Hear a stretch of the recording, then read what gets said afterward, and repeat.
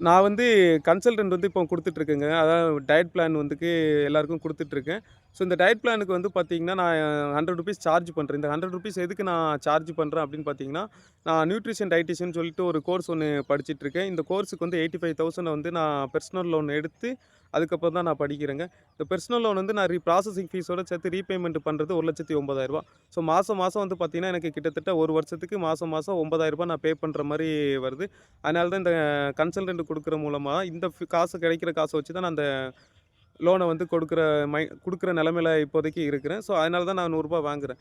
இந்த ரூ. 100 குடுக்குறதுல உங்களுக்கும் கொஞ்சம் கஷ்டமா இருந்துச்சுன்னா, பரவாயில்லங்க. அந்த ரூ. 100 எனக்கு குடுக்கணும்னு அவசியம் இல்ல. நீங்க ஃப்ரீயாவே பேசுனா கூட பேசியிருக்கேன். ஏன்னா என்னோட சார்ஜ் வந்து நான் ரூ. 100. அதே மாரி இந்த சர்டிஃபிகேட் முடிச்சதுக்கப்புறம் என்னோட சார்ஜ் வந்து ரூ. 500 ரூ. 1000 இருக்குமான்னு கேட்டிங்கன்னா, கண்டிப்பா கிடையாது. அப்பவும் நான் ரூ. 100க்கு தான் நான் குடுப்பேங்க. இந்த ரூ. 100ங்கிறது எனக்கு போதும். இதுவே எனக்கு திருப்தி. டெய்லியும் ஒரு நாளைக்கு 5 பேர்லேருந்து 8 பேர் எனக்கு பார்த்தாலே 500லேருந்து 800 கிடைக்கும். இந்த 800 வச்சு என் குடும்பத்தையும் சரி, என்னையும் சரி நல்லா நிம்மதியா, சந்தோஷமா பார்த்துக்க முடியும். ப்ளஸ் வந்து இந்த ரூ. 100 குடுத்தா தான் என்கிட்ட பேச முடியுமான்னு கேட்டிங்கன்னா, கண்டிப்பா கிடையாதுங்க. ரூ. 100 குடுத்தாலும் சரி, இல்ல என்கிட்ட பேசி முடிச்ச அப்புறம் இவனுக்கு ரூ. 100 அதிகம், இல்ல ரூ. 50 அதிகம், இல்ல ரூ. 1 அதிகம் அப்படின்னு நெனச்சாலும் சரி, இல்ல ரூ. 50 குடுக்கலாம், ரூ. 100 குடுக்கலாம் அப்படி நெனச்சாலும் சரி. ஆனா என்னோட ஃபீஸ் வந்து ₹1லேருந்து ₹100 தான் நான் சார்ஜ் பண்றேங்க.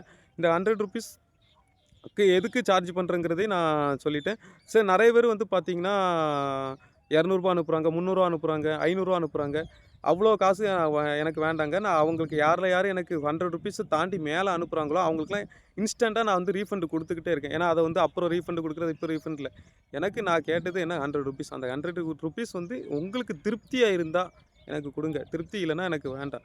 ஸோ, அதனால தான் இத வந்து ஒரு வீடியோவா சொல்லிர்லாம். ஏன்னா, ஒவ்வொருத்தங்கிட்ட நான் மெசேஜ் பண்ணி, எனக்கு ரூ. 100 போதும், எனக்கு ரூ. 300 வேண்டாம், ரூ. 500 வேண்டாம்னு சொல்றதுக்கு பதிலா ஒரு வீடியோவா போட்டோன்னா, நம்மளோட ஃபாலோவர்ஸ் இத வந்து நம்ம பார்த்துட்டு, அப்போ அவனோட மைண்ட் செட் இதுதான் தெரிஞ்சிரும். ஸோ, அதுக்கப்புறம் என்னோட சர்வீஸ் உங்களுக்கு பிடிச்சிருந்துச்சு அப்டின்னா, நீங்க வந்து ரூ. 1 கூட அனுப்பலாம், இல்ல ரூ. 50 கூட அனுப்பலாம், இல்ல ரூ. 100 கூட அனுப்பலாம். அத பத்தி இல்ல. ஆனா ரூ. 100க்கு மேல தயவு செஞ்சு அனுப்பாதீங்க. இது நான் இப்ப சர்டிஃபிகேட் படிச்சுக்கிட்டு இருக்கேன். நியூட்ரிஷன் கோர்ஸ் படிச்சுட்டு இருக்கேன். இப்பவும் ரூ. 100 தான் கேட்பேன். படிச்சு முடிச்சதுக்கப்புறம் ரூ. 100 தான் கேட்பேன். இத வந்து நான் ஒரு பிசினஸா நான் கொண்டு போக விரும்பல. இத வந்து ஒரு சர்வீஸா நான் பண்ணணும்னு நெனைக்கிறேன். ஸோ சுகர்னா என்ன? அந்த சுகர்லேருந்து நம்ம எப்படி வெளிய வரணும்? அப்படிங்கிறத தெரிஞ்சுக்கிட்டு, அதுக்கப்புறம் தான் அத வந்து நான் கைட்லைன் வந்து நான் குடுத்துட்டு இருக்கேங்க. ஸோ அதனால நீங்க வந்து எந்த அளவுக்கு உங்களோட அனுபவங்கள என்கிட்ட நீங்க ஷேர் பண்றீங்களோ, அது மூலமா என்கிட்டேருந்து கண்டிப்பா உங்களுக்கு சொல்யூஷனும் நான் வந்து உங்களுக்கு சொல்லிருவேங்க. அதனால தான் இத வந்து ஒரு வீடியோவா சொல்லி முடிச்சிடலாம். இப்படி சொல்றனால, உங்களுக்கு சரி இவனோட மைண்ட் செட் இவ்வளவுதான் அப்படிங்கிற கான்செப்ட் வரும். அப்படி கான்செப்ட் வரும்போது, நீங்களும் என்ன புரிஞ்சுக்கிட்டு, என்னோட சர்வீஸ்க்கு ஏத்த மாரி எனக்கு நீங்க பே பண்ணுவீங்க. ஆனா இப்பவும் சொல்றேன், ரூ. 1லேருந்து ரூ. 100க்குள்ள மட்டும் எனக்கு சர்வீஸ் பே பண்ணுங்க. அதுக்கு மேல ரூ. 1 கூட வேண்டாம். ஓகேவா? ஸோ இதே மாரி நம்ம வந்து ஒவ்வொரு வீடியோல நம்ம வந்து நம்மள பத்தி அப்டேட் பண்ணிக்கிட்டே இருப்போம். நம்மள ஒரு ஃபாலோ பண்ணிடுங்க.